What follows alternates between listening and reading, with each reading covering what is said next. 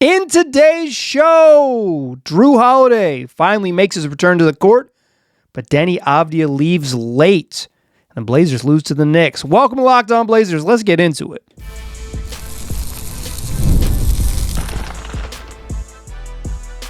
You are Locked On Trailblazers, your daily Portland Trailblazers podcast, part of the Locked On Podcast Network. Your team every day. What's up, world? It's your past first point guard and Trailblazers reporter Mike Richmond. You're listening to another episode of Locked On Blazers, part of the Locked On Podcast Network. Available wherever you get podcasts and also on YouTube. Thanks for making this show your first listen, coming at you each and every weekday, Monday through Friday. So make it a part of your daily routine. Make it your first listen. Tell your friends to do the same. It's Locked On Blazers, your team every day. In today's show, we're going to talk about the Blazers' loss to the Knicks. A 123-114 loss that snapped a 5-game winning streak. Jrue Holiday returns from a nearly 8-week absence, more than 8-week absence, nearly 9-week absence to get back on the court for the first time. But Deni Avdija leaves with less than 2 minutes remaining with an injury of his own. It is the balance of the NBA life, and the Blazers saw it happen very quickly. We'll get into the injury stuff, plus updates on Chris Murray and Rob Williams, who only missed one game or only missed a part of one game, and it was back in action in this one. Break down everything that happened in the game, including a 11-0 run that changed the game in the fourth quarter. Let's do what we do. Fastest recap in the West. Blazers and Knicks tied at 34 after one. Blazers down 5. At halftime, 60-65. But they're in the game. The offense hasn't come super easy in that second quarter. Blazers had just one offensive rebound in the first half, but they played well enough. Shaedon Sharpe 14, Deni Avia 13, Caleb Love 11 and hit 3 threes with about 7 minutes and 19 seconds left in the second quarter. Jrue Holiday checked in. The Blazers sat him for basically the first 17 minutes of the game, basically shortened the game to a 40-minute stretch for him. He ended up playing about 16 minutes. I assume he had about a 15-ish minutes cap, and so they figured don't waste him early if you can, because maybe if he's playing well and the game is close and you need him, make sure that you have 2-3 minutes left on his sort of availability for crunch time should it come down to that. Blazers down 5 at halftime, down 5 after 3, but it looked like it was going to be worse, quite frankly, in the third quarter. Knicks led by 10 on multiple occasions. Looks like they were going to pull away, not like a blowout or anything, but just like have a big enough lead where the Blazers were going to be in scramble mode for the final 12 minutes. But instead, Portland's only down 5 heading into the fourth quarter. Caleb Love, with 33.4 seconds remaining in the third, hits his fourth three of the game. A stone-cold mortal lock that always portends victory. And then the Blazers open the fourth quarter on a 10-2 run to erase that 5-point deficit heading into the fourth. All of a sudden, they're up 3. Ooh. And anything could happen. 11-2 to take that lead. Deni Avdija hits a free throw. 2.5 minutes into the fourth quarter, the Blazers have the lead back. There'd be 4 lead changes in the fourth quarter, and the Blazers took their final lead of the game with 5 minutes and 24 seconds left. Shaedon Sharpe gets a nice little bucket in the paint, like a floater off a nice cut. Blazers take the lead by 1. But then the Knicks start making shots. OG Anunoby hits a corner 3. Deni Avdija turns the ball over. Miles McBride hits a pull-up 3 in transition. From a 1-point deficit, Knicks are up 5. Blazers take a timeout. Okay, let's calm down. Knicks also ended up during the stoppage taking a timeout because there's under 4 minutes to go, and they actually had 2 to burn here. So we get an extra long stoppage, double timeout. Blazers and Knicks both take one, and out of the timeout, Toumani Camara gets to the rim. Mitchell Robinson blocks him at the rim. Knicks spring the other way, and OG Anunoby hits another 3-pointer. 112-104 all of a sudden. Blazers were just up 1, and now they're down 8. And they head the other way, and Shaedon Sharpe's pass, he's trying to find Deni Avdija, gets tipped and then stolen by Josh Hart, who gets a dunk. The Knicks are up 10. It's an 11-0 run. There's 2 minutes and 53 seconds left in this one. 114-104. It was 104-103. It was an 11-0 run in just, not even 3 minutes.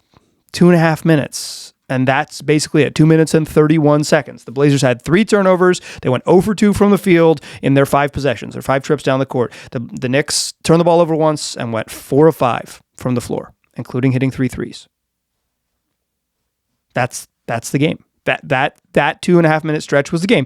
You know, the Blazers had a chance late in this game. Miles Bridges takes a 3-pointer.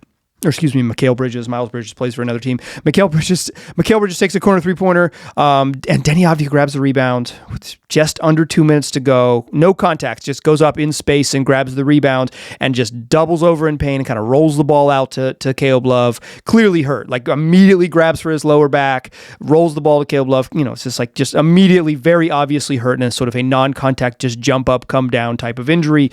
And the Blazers take a timeout. Denny Avia just goes straight to the back. Right out of that timeout, I'll talk about Denny in the second segment and hear more in a moment.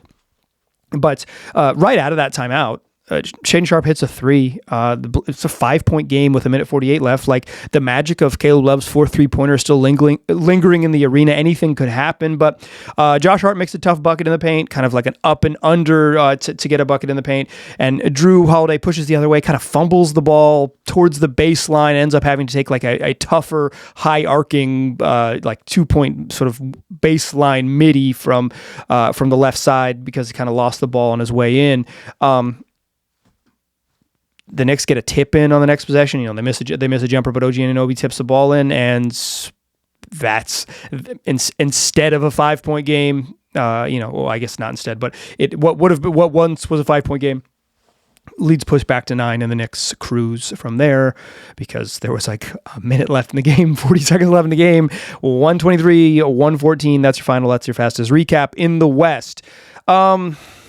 Yeah, even before this game, the Blazers got some. We'll talk injury news here for I don't know, 10 minutes, because there's a lot of injury news to get to. Even before the game, so Jrue Holiday is he was listed as doubtful on Friday, and then before the game, eventually ruled out. But I mentioned in that show leading into Friday's program that like just the designation out to doubtful meant that like he's very close. They wouldn't change that because he was like 10 days away, right? They meant that was a very clear indicator that he was very close. So then heading into this game, he's listed as questionable. Usually the out to questionable designation for someone who's missed a significant amount of time across the whole league. This is pretty standard across every team in the league. The out to questionable designation is the indicator this dude's going to come back unless something bad happens during warmups. But then even prior to that, Jrue Holiday's status was updated to probable. So it was like, yeah, he's going to play. He's going to play. He probably wanted to play, but just wasn't quite there on Friday. He's it's clear he's going to play. Obviously coming off the bench on a minutes limits. He's missed 8 weeks, right? Like they're going to be cautious with him as he returns. He was supposed to miss, he's going to be out a week or two. Actually, what happened was he got hurt, and then he missed about 5 days, and then it's like, we haven't heard any update on Jrue. And then after that, I was like, he'll be reevaluated in a week or two. So clearly they thought, it could be quicker. And then even at the long end of that, of the initial prognosis, it's like he'll be reevaluated about 3 weeks. It ended up being more than 8, and he comes back. Hadn't played since November 14th. I thought he looked fine. Jrue looks a little bit like someone who hadn't played a ton of basketball, right? But I don't think he looked like bad. I think he just looks. So there was some shots he missed and some like reads on running the offense where it just wasn't as crisp. But I think he looked fine. He wasn't a big deal. So you get that good news, feeling good. But the Blazers also announced that Chris Murray's out indefinitely with a lower lumbar strain. He had not played in a few games. I mentioned I saw him in the locker room leaving on Wednesday, the first game against the Rockets, and just like watching him move around, you could tell he's hurt, right? And he had missed a prior game with a quad injury, then came back and played and played against the Jazz on Monday, and then he was out Wednesday and leaving the arena that night, just like it didn't look right. So you get the good with the bad there, right? And then you get a little bit of good news. Rob Williams, who missed the second half of Friday's game with what the Blazers called a right knee injury, but there was really no details about it. He was listed as questionable coming into this game, and he played very well, and Rob looked good, and it looked like himself. No obvious lingering effects there. He was really good in this game. And then you lose Denny with a minute 52 left, and Denny said afterwards that he's not worried and he's going to come back quick. And as soon as he can walk, he'll be back out on the court. But this is a test for the Blazers. And also, I just want to talk a little bit more about Denny and how he reacted to the injury. Join me in the second segment. This is truly bummer news. Follow me to the bummers. We'll talk. I'll tell you everything I know. Join me in that second segment, won't you? First, though, let's talk FanDuel. You know what time it is. FanDuel knows what time it is, too. It's the NBA season. And you know what's better than the NBA season? The NBA season on the weekend. That's right. It's Friday night before the games tip off, where FanDuel is giving fans a new way to kick off the weekend with NBA Happy Hour. NBA Happy Hour, your official pregame. A limited time window where special offers drop right inside the FanDuel app before the action starts. Fridays from 6 to 7:30 Eastern Time. That's 3 to 4:30 Pacific. Their appointment viewing, NBA Happy Hour. You open the FanDuel app and you see the Happy Hour and they've got something new. Boosts, bonuses, surprises. You can check the weekly specials prior to that window and then log on to the FanDuel app during that window. That's 3 to 4:30 Pacific time on Friday afternoons. And the timing is perfect. Right before the games start, right before the weekends start, get in on the action. So before tip-off, check the FanDuel app and see what's dropping during NBA Happy Hour every Friday, 6 to 7:30 Eastern. That's 3 to 4:30 Pacific time. A little basketball, a little action, and a whole lot of Friday energy. That's NBA Happy Hour only on FanDuel, the official sports book partner of the NBA. All right. So, Deni Avdija leaves the court right away. Minute 52 left. Grabs a rebound. Watching on the replay, clearly as he goes up and grabs he's already in pain in the air as he grabs the ball. He probably got hurt on the jump, right? He probably felt hurt on the jump. But it's like a scary non-contact thing because he just jumps up and he's kind of like near Josh Hart. He's not like all by himself, but in the air, nobody touches him, doesn't fall down, just jumps in the air, already wincing in pain as he's coming down with the ball from jumping. Clearly hurt, right? Clearly hurt. Bends over, grabs his low back, kind of rolls the ball out to Caleb Love. They call a timeout. He heads right to the back to the locker room. Straight back to the locker room. The clear sign that something's wrong. I mean, bending over and like not being able to stand up is a pretty clear sign that something's wrong. And then afterwards in the locker room, and this is according to reporters, like full disclosure, I did attend the game in person. I was in the arena, but not in a media capacity. So I did not go in the locker room and do any reporting. So this is for reporting from mainly Joe Freeman from the, appreciate the reporters in attendance who allowed me to do the podcast this way, but specifically Joe Freeman of the Oregonian. His reporting is what I'm working off of here. And Denny told reporters that he just said it felt my back give up on me and I couldn't straighten up. That was it. He did try to downplay it, according to Freeman's reporting, and he was saying, and Freeman also wrote that like Deni Avdija in obvious pain, having trouble bending down to take his socks off after the game. Like, it's a back injury. Those they stink, right? I'm not playing NBA basketball or playing like Denny does or anything like that. I'm just living my life, and when my back has had some problems, it stinks. It's no good for anybody, right? It's hard. So, Denny says like, he's going to downplay it a little bit. He says, I'm not really that concerned. It's nothing major. I'm a tough guy. I'm going to be all right. And I'm telling you, as soon as I'm walking on 2 feet, I'll be able to play, right? And Denny is tough as nails. He's been playing through a bunch of bumps and bruises all year.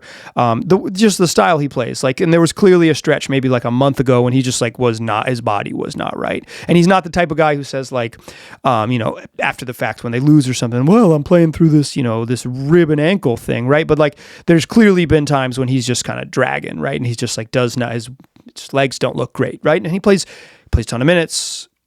He's one of the league leaders in minutes, one of the league leaders in drives, one of the league leaders in free throws, right? Leads the NBA in drives, leads the NBA in total free throws and minutes per game. It's like, yeah, he's monster, total minutes, excuse me. Monster. Like, he just like the workload from Avdija has been so much. And he says like, I think obviously he's not going to play Tuesday. Seems very unlikely based on how this injury happened and from the reporting from folks that were in the locker room, how he looked afterwards, right? He's got a wrap on his back. He's clearly in pain, obviously, like immediate aftermath, and he'll get a bunch of work, and he'll get professional care and all those things. But it stinks because of the sort of juxtaposition of him and Jrue, right? The sort of hope here was that, everybody would get healthy. Everybody is a stretch, right? That's just not how it works in the NBA. And the fact is like, oh, well, at some point we'll have all 15 players healthy. It's just straight up not how it works in the league. But like the fact that it happened to this, a return in the second quarter, an exit in the fourth quarter, like you didn't even get through a full game with him. It's just such a bummer, such a brutal juxtaposition of just luck, right? Of just bummer injury luck. Because like, honestly, the Blazers, they lose Jrue Holiday, right? They lose him November 14th. He's like, okay, he's just going to be out for a little bit. And right away they're sputtering, right? They do not look very good. I think they went 6-12 in his first game. He missed 27 total games, right? He just looked bumpy, right? He did not look like a particularly good player. They didn't look like a particularly good team without one of their best players. They don't look very good. And it seems like, hey, it's going to be like that. And then over the last couple weeks, they've figured it out. They've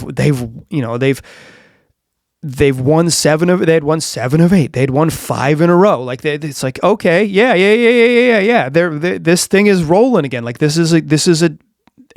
they look like they're on track right now. And it feels like, okay, well, not only, they missed Jrue, but like they discovered some stuff, right? Like Caleb Love, who played really well in this game. And yes, indeed, the end of the Caleb Love, if he hits 4 threes off the bench, they win every single game. The end of that guarantee, a true bummer for me. That's why after the last game, if you'll know, I started crowing about it because that game was really dicey. And when he hit one in the fourth quarter, in the third, to end the third quarter today, I knew it was a little trouble. So I wanted to go ahead and crow about always being right about that, because that one felt really, really precarious, and this one was even more precarious. And I will have you know that some of my friends, immediately when Caleb Love hits his 4 3-pointer, blow up my phone. They immediately text me. Thank you to all those who immediately text me after the 4 threes from Caleb Love. I'm glad my friends are listening.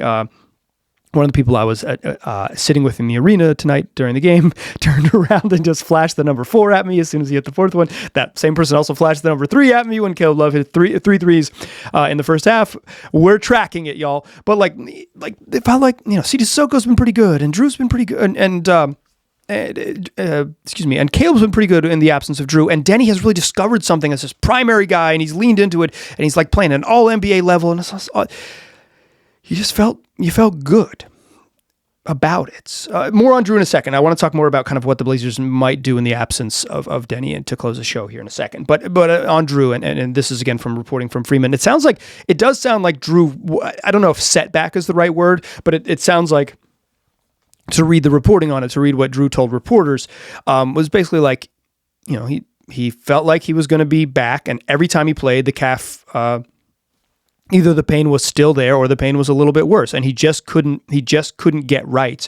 And then he wanted to play, right? He's trying to get out there, but he's 35 years old and dealing with like persistent pain in his calf. He's watched how the NBA seasons have ended recently for guys dealing with that at his age, and like that type of serious lower leg injury is not something you mess with. It's a career ender for him, right? Like he has to be real about where things are, and he has to take care of his body, and he just wasn't ready. And then he's finally ready, and he comes back and he says, pain-free, played 16 minutes, was kind of like, I thought Jrue's fine. Like he wasn't incredibly special by any means, but I thought like, I thought he looked a little bit like someone who hadn't played a ton of basketball recently, but 8 points, 4 assists. He's going to help. I think he'll get better on defense just with more, because he is a naturally good defender. And I think he'll have better defensive nights as he just gets more comfort and back into the rhythms of playing NBA basketball. But now, for at least probably one game, right? At least minimum Tuesday in Golden State, minimum, no Deni Avdija. So what do you do? Where do they go? How does this shake out? Because the games don't stop.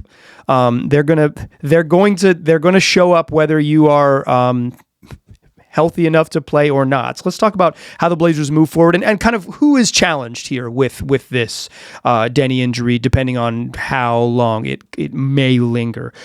Join me in that third segment. We'll talk about just that.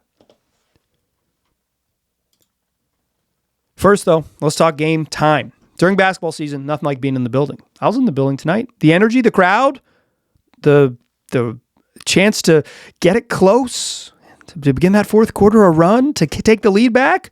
If you're a basketball fan, those are the moments that you want to be there for. And you don't want to be caught chasing down tickets and refreshing screens and guessing how much you're going to have to actually pay at checkout. That's where GameTime comes in. It's the app that gives fans the advantage back, making it incredibly easy to score amazing tickets, fast, simple, and without the guesswork. Browsing the GameTime app is straightforward and intuitive. I like it because you search for exactly what you want to look for. The venue comes up. It looks exactly like the venue does. You get the full seating map, and what you see is what you get. So if you see something costs $71, those tickets, when you go to checkout, are going to cost you $71. If it's a place you've never been, you can click to view the 360 panoramic view right from the seat and get a sense of exactly what your seats are going to look like. So whether it's an NBA game or another live event, it's GameTime is the right place to be, and it's always everything is right when everything is right there in one place, so you find it quickly. Take the guesswork out of buying tickets with GameTime. Download the GameTime app, create an account, and use the code LOCKEDONNBA. That's LOCKEDONNBA for $20 off your first purchase. Download the GameTime app today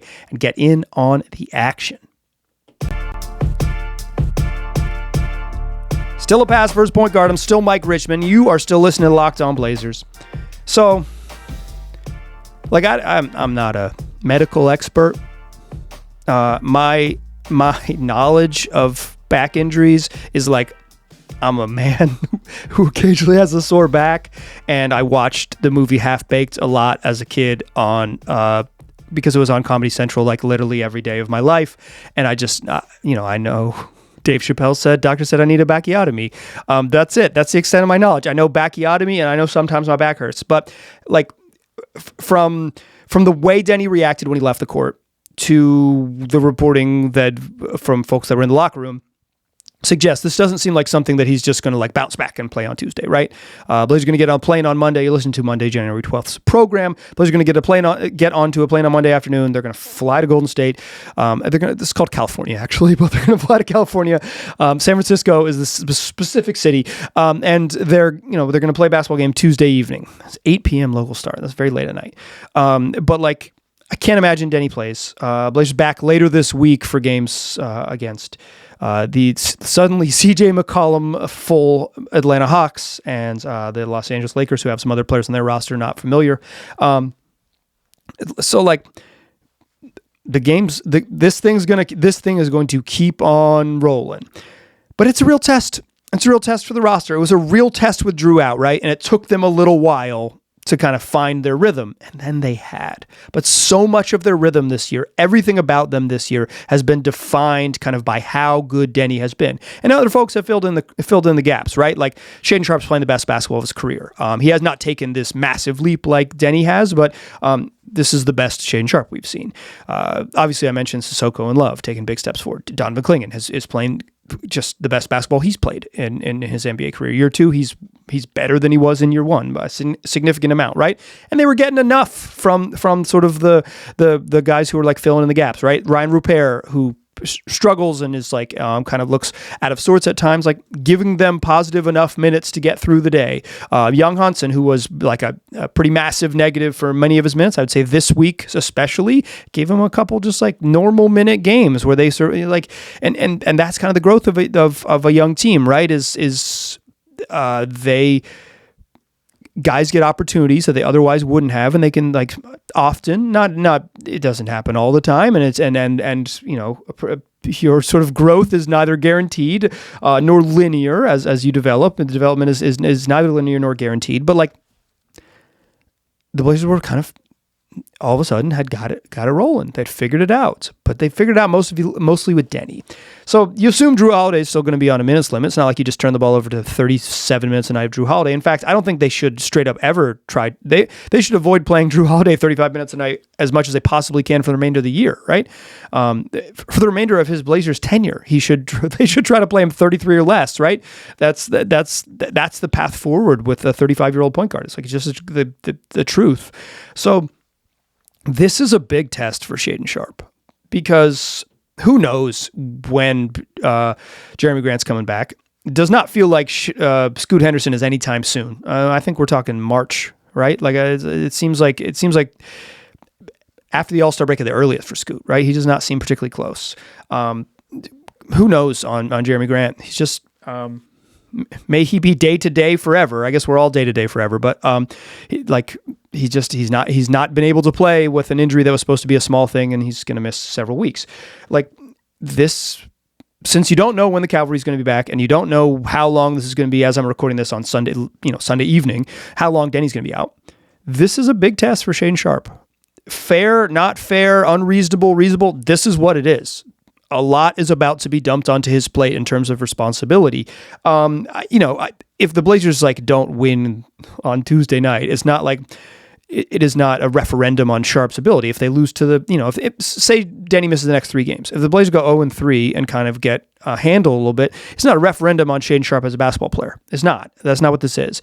But this is a chance for him to, fully have carte blanche to be the guy that controls the offense, takes a huge step forward. He already has a massive usage. It's not like he's not much more he can do in terms of his chances, but in terms of the responsibility of playing smart, getting other guys involved, being a playmaker, being a scorer, being an efficient scorer, taking smart possessions when you need them late. Like he's going to have a lot on his plate. This is a big test for Shaedon Sharpe. It's a big test for everybody, right?